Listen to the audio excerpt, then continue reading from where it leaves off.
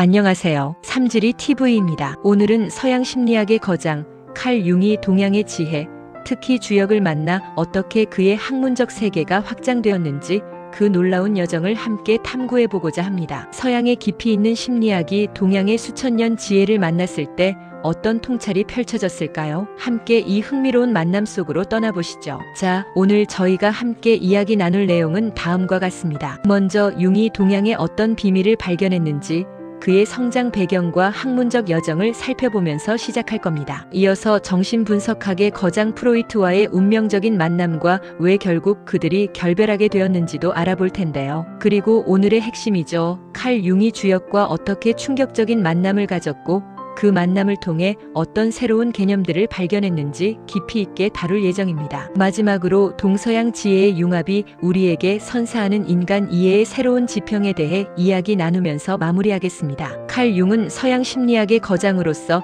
인간 마음의 깊이를 탐구하는 데 평생을 바쳤습니다. 그는 단순히 의식의 영역을 넘어 우리 안에 존재하는 무의식의 신비로운 원리에 주목했죠. 그리고 놀랍게도 그 해답의 상당 부분을 수천 년 전부터 존재해온 동양 철학, 특히 주역 속에서 발견하게 됩니다. 그가 발견한 것은 단순한 우연이 아닌 우리 삶에 의미 있는 연결고리를 만들어내는 의미 있는 우연이었습니다. 칼 융은 1875년 스위스에서 목사의 아들로 태어나 종교적인 환경에서 성장했습니다. 어린 시절부터 그는 또래 아이들처럼 밖에서 뛰어놀기보다는 홀로 생각하고 사색하는 것을 즐기는 고독하고 내향적인 아이였습니다. 또한 부모님 간의 갈등과 어머니의 우울증을 지켜보면서 그는 자연스럽게 눈에 보이는 현실 세계 너머의 내면 세계와 정신 세계에 깊은 관심을 갖게 되었습니다. 이러한 배경은 훗날 그가 인간 정신의 신비에 천착하는 위대한 심리학자로 성장하는 데 결정적인 영향을 미치게 됩니다. 바젤 대학교에서 의학을 공부하며 융은 단순한 신체 치료를 넘어 인간 정신 자체를 탐구하는 데 몰두하기 시작했습니다. 그는 의학적 지식을 바탕으로 정신의학 분야에 뛰어들었고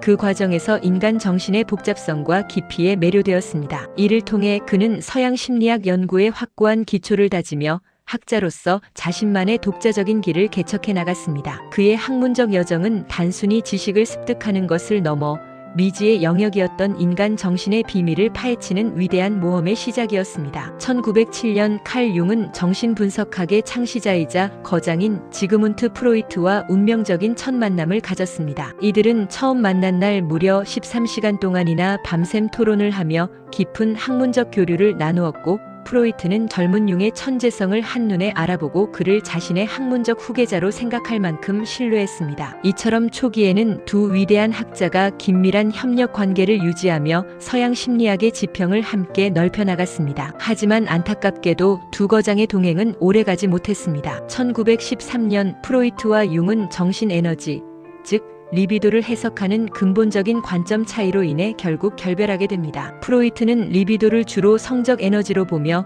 무의식의 근원을 성적 욕구에서 찾으려 했고 심리학을 생물학적 관점에서 환원적으로 접근했습니다. 반면 융은 정신 에너지를 훨씬 더 보편적이고 포괄적인 개념으로 이해했습니다. 그는 성적인 것을 넘어 영적이고 창조적인 에너지를 포함하는 것으로 보았으며 인간 정신의 다층적인 구조를 인정했습니다. 이러한 융의 관점은 훗날 동양 철학과의 놀라운 연결고리를 발견하는 중요한 발판이 됩니다. 프로이트와의 결별 이후 융의 학문적 탐구는 더욱 깊고 넓어졌습니다. 특히 1920년대 초 독일 다름슈타트에서 동양 철학을 서양에 소개한 선구적인 학자 리하르트 빌헬름과의 만남은 융의 인생의 또 하나의 전환점이 됩니다. 빌헬름은 무려 20년 이상을 중국에 체류하며 중국 고전을 연구하고 번역하는 데 평생을 바친 인물이었습니다. 이 만남을 통해 융은 마침내 동양 철학이라는 거대한 지혜의 세계와 처음으로 직접적인 접촉을 하게 되었고 이는 융의 심리학의 동양 사상이 융합되는 결정적인 시작점이 됩니다. 그리고 마침내 융은 빌헬름이 번역한 주역을 만나게 됩니다. 이 순간은 융에게 그야말로 충격적인 경험이었습니다. 그가 평생을 바쳐 탐구하고 애써 발견하려 했던 무의식의 원리,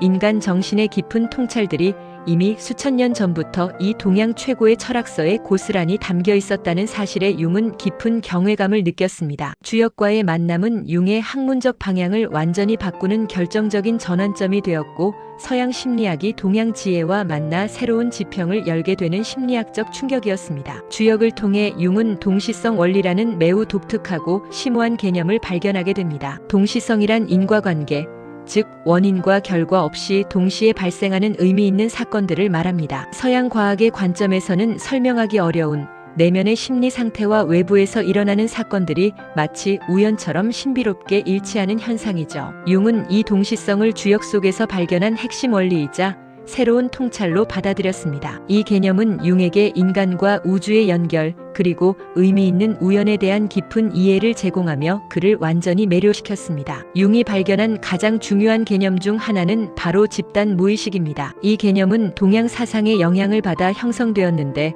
모든 인간이 태어날 때부터 공유하는 정신의 가장 깊은 층을 의미합니다. 집단 무의식은 단순히 개인의 경험을 넘어 인류 전체가 공유하는 원형적인 이미지와 상징들이 존재하는 보편적인 무의식의 영역입니다. 문화와 시대를 초월하여 인간 정신의 공통된 기반을 형성하며 우리의 꿈과 신화, 종교적인 상징 속에서 반복적으로 나타나는 것을 볼 수 있습니다. 이는 우리가 의식하지 못하는 사이에도 인류가 가진 공통된 정신적 유산이 우리 삶에 지대한 영향을 미치고 있다는 증거이기도 합니다. 융은 또한 인간의 성격을 내향성과 외향성으로 구분했습니다. 내향적인 사람은 내면 세계에 집중하며 사색적이고 에너지를 내부로 향하는 음의 특성을 가집니다. 반면 외향적인 사람은 외부 세계에 중심을 두고 활동적이며 에너지를 밖으로 표출하는 양의 특성을 가지고 있습니다. 이 두 가지 특성은 단순히 대립하는 것이 아니라 동양의 음양 사상처럼 서로 상호 보완적인 관계를 이루며 하나의 온전한 전체를 구성합니다. 융은 이 두 가지 특성 사이의 균형이 개인의 온전한 성장을 위해 매우 중요하다고 강조했으며 이는 음양의 조화를 통해 완성을 추구하는 동양 철학과 깊이 연결됩니다. 융은 여기에서 더 나아가 인간 정신의 또 다른 양면성을 아니마와 아니무스라는 개념으로 설명하며 이를 동양의 태극 사상과 연결했습니다. 아니마는 남성의 무의식 속에 존재하는 여성적인 측면으로 감정, 직관, 창조성을 상징합니다. 남성이 자신의 내면에 있는 아니마를 이해하고 통합하는 것은 심리적 균형을 이루는데 필수적입니다. 반대로 아니무스는 여성의 무의식 속에 존재하는 남성적인 측면으로 논리, 이성, 판단력을 대표합니다. 여성은 아니무스와의 조화를 통해 전체적인 인격을 완성해 나갈 수 있습니다. 이 두 개념은 태극의 음양처럼 서로 다른 성질이 조화를 이루며 하나의 온전한 인격을 형성한다는 점에서 깊은 통찰을 제공합니다. 이렇게 태극 사상과 융 심리학은 놀라운 방식으로 만납니다. 태극의 음양은 단순히 대립하는 것이 아니라 서로 상호 보완하며 하나의 완전한 전체를 이룹니다. 끊임없이 순환하고 변화하는 이 원리는 조화를 통해 완전성을 추구하죠. 이러한 통찰은 아니마와 아니무스의 구조적 유사성,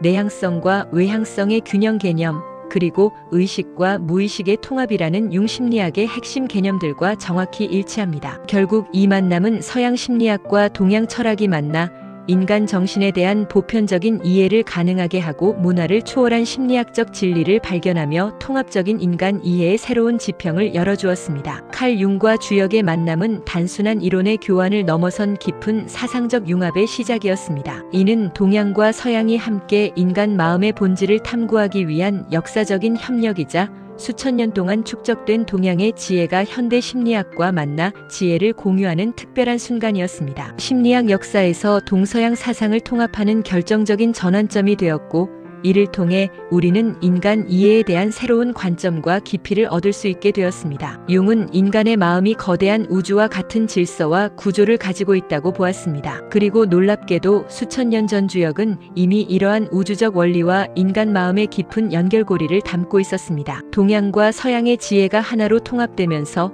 우리는 인간과 우주에 대한 더욱 완성된 이해에 도달할 수 있게 되었죠. 이러한 통합적 관점은 현대 심리학의 발전에 지금도 지속적이고 깊은 영향을 미치고 있으며 앞으로도 우리가 인간을 이해하는 데 중요한 통찰을 제공할 것입니다. 칼 융과 주역의 만남은 단순히 한 학자의 학문적 호기심을 넘어 인간 정신의 보편적인 진리를 탐구한 역사적인 순간으로 기록될 것입니다. 이 동서양 사상의 위대한 융합은 서로 다른 전통과 관점들이 하나의 깊고 통찰력 있는 이해로 이어질 수 있음을 명확히 보여주었습니다. 융의 심리학은 오늘날에도 동양과 서양, 과학과 철학, 의식과 무의식을 통합하는 관점이 인간을 온전히 이해하는데 얼마나 중요한지를 우리에게 계속해서 일깨워주고 있습니다. 이 만남이 열어젖힌 새로운 지평은 현대 심리학뿐만 아니라 철학과 인간 이해 전반에 걸쳐 영원히 지속될 영감을 선사할 것입니다.